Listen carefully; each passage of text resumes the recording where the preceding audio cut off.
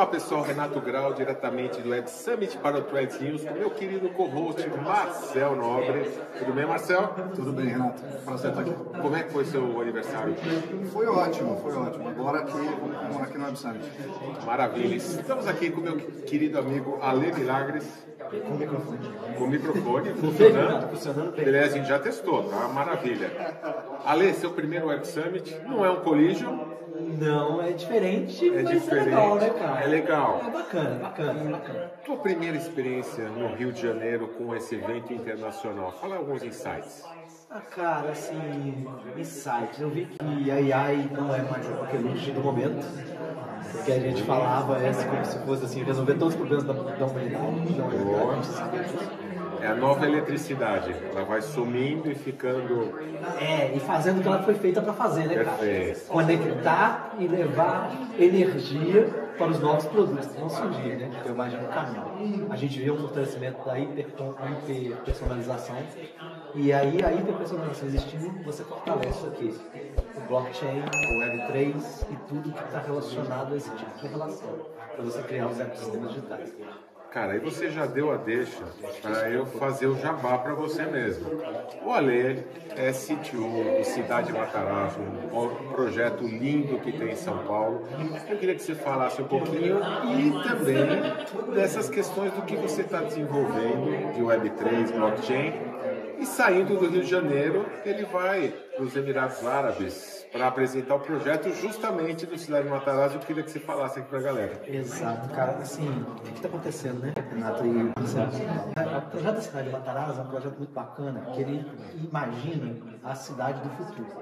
Uma cidade em que você cria um ecossistema para as pessoas viverem felizes ali dentro. Você, para viver feliz, alguém tem que te conhecer. Lembra aquela história que a gente tinha quando a gente era criança? Nós três aqui já estamos numa idade que era assim, né? Tinha o barzinho da esquina lá, que era, no caso era o Rui Cabeçudo, que a gente chamava ele. E o barzinho do Rui, o Rui sabia quem eu era, então eu chegava lá com dinheiro e ele já falava assim: ó, não vem comprar chicletes. Sua mãe pediu pra você comprar o quê? Era ovo. E aí eu tinha que levar o ovo. E ele não deixava eu comprar chicletes, mas ele me conhecia, era muito rico a personalização. Ele sabia que era minha família, que eram meus pais, que era minha mãe, eu tinha uma tranquilidade para ele. Hoje, no mundo, é muito difícil a gente imaginar uma coisa dessa. A cidade de Matarazzo se posiciona nisso. Ela quer conhecer melhor essa pessoa que está lá, ensinar a ela a ser um cidadão mais livre, e de alguma forma a gente conseguir transformar a vida dessa pessoa e toda aquela comunidade que tem em volta. Para fazer isso eu tenho que ter, lógico, a AI como uma ferramenta de conhecimento, de hiperdesenvolvimento desta pessoa, no digital e no físico. Eu tenho que ter a Web3 para essa pessoa ser única. Não posso ser o amilagres@hotmail, ou o Alessandro Milagres@google, ou o Alessandro Milagres@cidadematarazzo.com. Ele está confundindo vocês para não achar ele nas redes, mas conecta três dias que a gente acha. Isso, mas eu não posso ser esses vários caras que existem no web. Eu tenho que ser um cara único, físico, que está lá. Mas tudo que eu faço na web tem que refletir nesse cara. E no físico também. Eu só consigo isso para aqui. E sobre o projeto do Dubai, cara, é uma coisa muito engraçada, né? A gente escreveu um projeto de uma wallet famosa na NIL. Vai ter um evento bem grande, tudo mais grande. E este evento, o nosso projeto passou, a gente vai lá defender um pouco o projeto. E a NIL pode ser uma das futuras wallets que a gente pode acoplar o ecossistema que a gente tem para ser a nossa, tanto o Web3 como identificação, pode ser a nossa possível Matarazzo, uma coisa que a gente pode vir a criar no futuro, ou aceitar os coins existentes no mercado.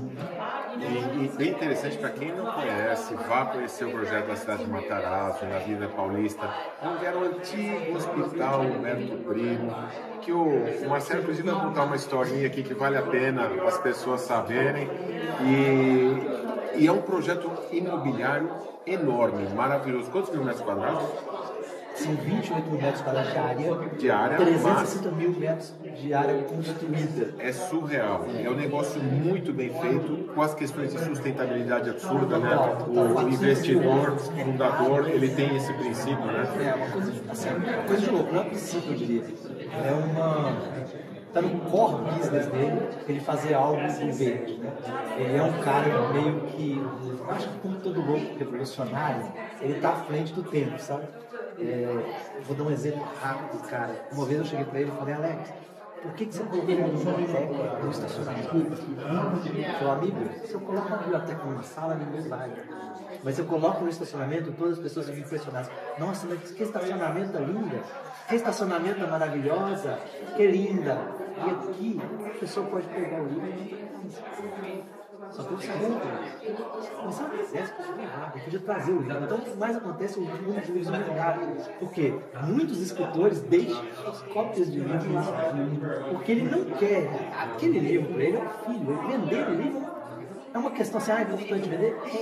Mas também é uma questão seguinte, eu confio tantas as pessoas que estão frequentando isso aqui, que eu gostaria que elas lessem o meu posicionamento, o que eu estou escrevendo, porque eu imagino que isso é uma boa história.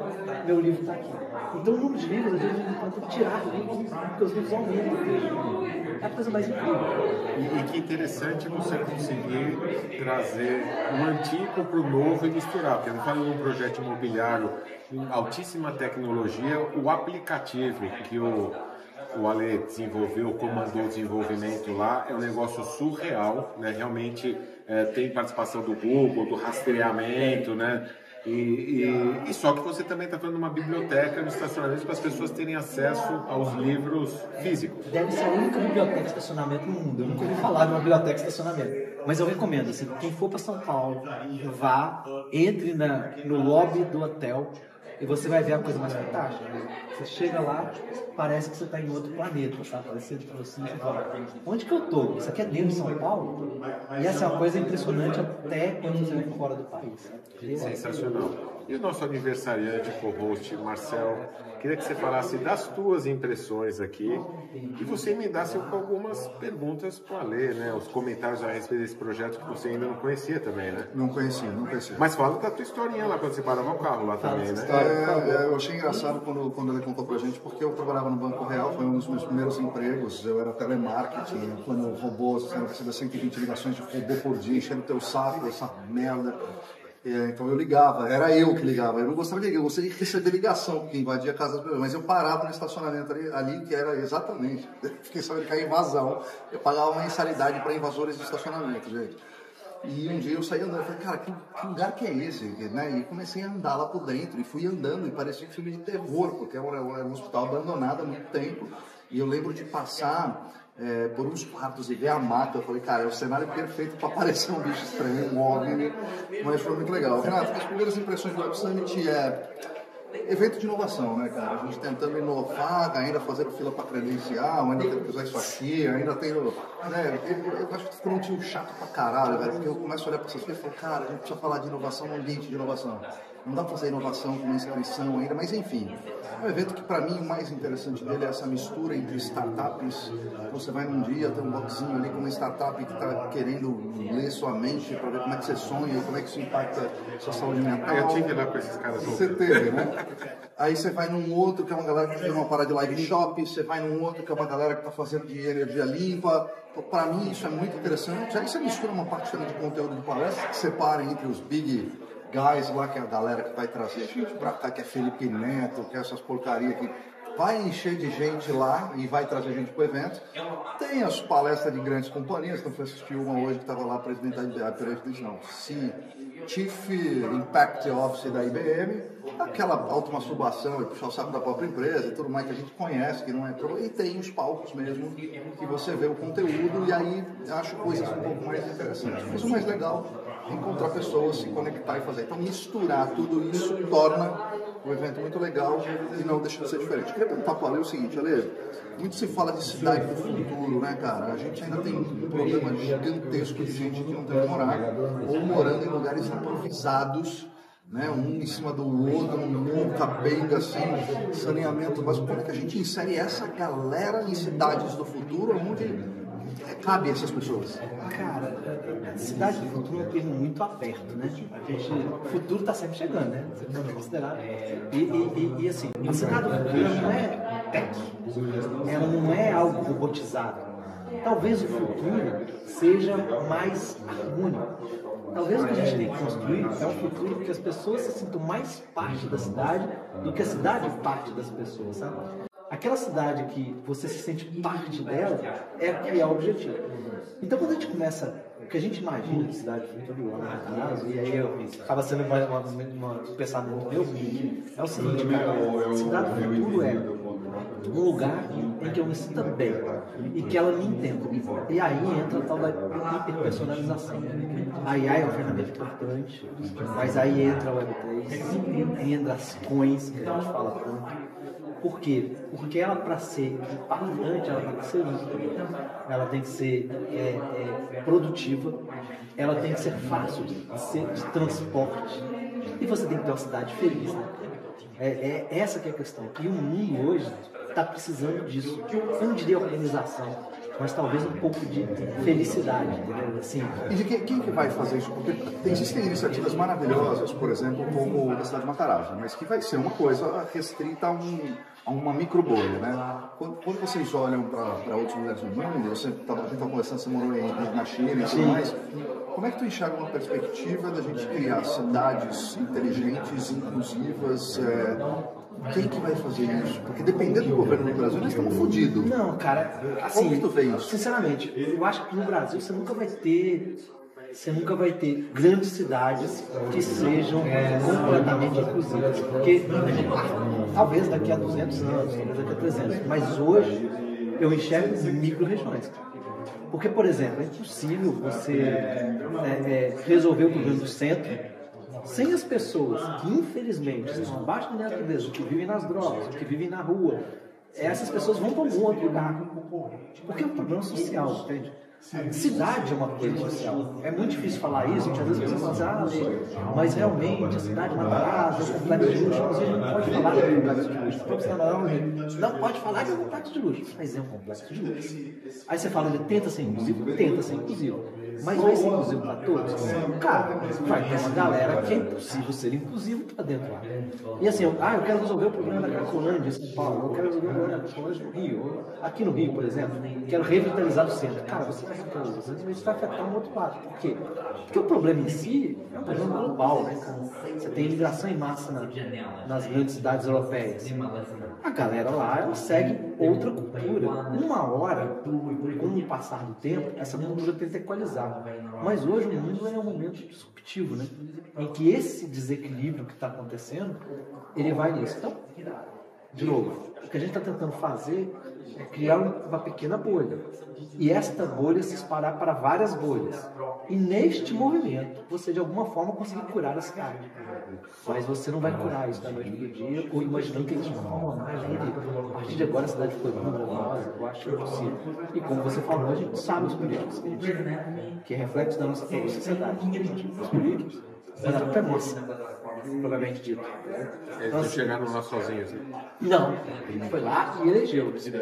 E se você citou a China, que é o terceiro exemplo, para a China é fácil, cara. Porque quando você tem um lugar que você determina onde que as pessoas vão morar, cadastro social, cadastro que depende de economia, que você faz um planejamento todo em cima, é fácil, você realoca pessoas e tal. Então assim, mas isso é o que a gente quer? Que talvez seja a grande pergunta. A gente estaria feliz morando na China sem a nossa liberdade? Eu não consigo te responder isso de cada um, né? Assim, é uma palavra muito complexa responder isso, mas eu imagino que a gente tem que começar pequeno e construir isso de uma forma que a gente consiga entender como que vai ser esse mecanismo de personalização, de confiança entre as pessoas, que o mundo tem que mudar. Isso que a gente vê hoje não existe no futuro. Ale, indo aqui para o final do nosso bate-papo, né, acho que reflexões incríveis dentro do Web Summit. Essa questão do piloto, talvez você esteja criando um grande piloto na cidade de Matarazzo, que vai ter outros, não vai ser o único projeto, isso já está no roadmap, tem outros. Quem sabe sejam pilotos para mais para frente você conseguir modelos populares. Provavelmente. A ideia nossa sempre foi criar, a gente tem 5 pilares lá dentro. Sim. E aí o modelo de cidade nosso, ele é baseado em 5 pilares. A Matarazzo é um exemplo de 5 pilares.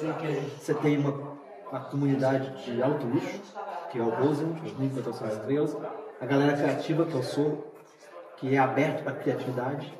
Você tem os investidores que construíram aquilo ali, você tem a regeneração, o hospital caiu, quebrou, e as pessoas enxergam essa regeneração, e você tem a parte comercial para sustentar isso tudo depois que o cara investiu. Agora, a gente está construindo na Oscar Freire, por exemplo, na Live, que ele é um residencial que não tem os investidores, ele é um residencial, então quem vai pagar vai morar lá, mas ele tem uma imersão nos 4 ou 5 primeiros andares que a pessoa, desculpa gente, que a pessoa fala é o pessoal me chamando para outro evento, mas que a pessoa fala exatamente que aí você vai nesse lugar que tem fluidez comercial um pouco mais simples e mais suave, mas ele não é tão inclusivo quanto a Matarazzo. A gente tem uma ideia de uma fazenda, que vai ser uma fazenda escola, e nessa fazenda ele é altamente imersivo para as novas gerações. E existe um projeto, inclusive, que a gente está olhando, que a gente pegou muitas pessoas que moravam na rua, pagamos hotel para elas, estão vivendo no hotel, e depois disso a gente vai treinar essas pessoas num evento, nesse novas possibilidades nessas fazendas que você está criando. Pois é, coisa linda. Vocês viram que a galera está chamando o Ale, ele é disputado. Ale, meu querido, obrigado aí pela sua participação. Trends News, direto aqui do Web Summit para vocês. Fiquem que vai ter mais por aí. Valeu.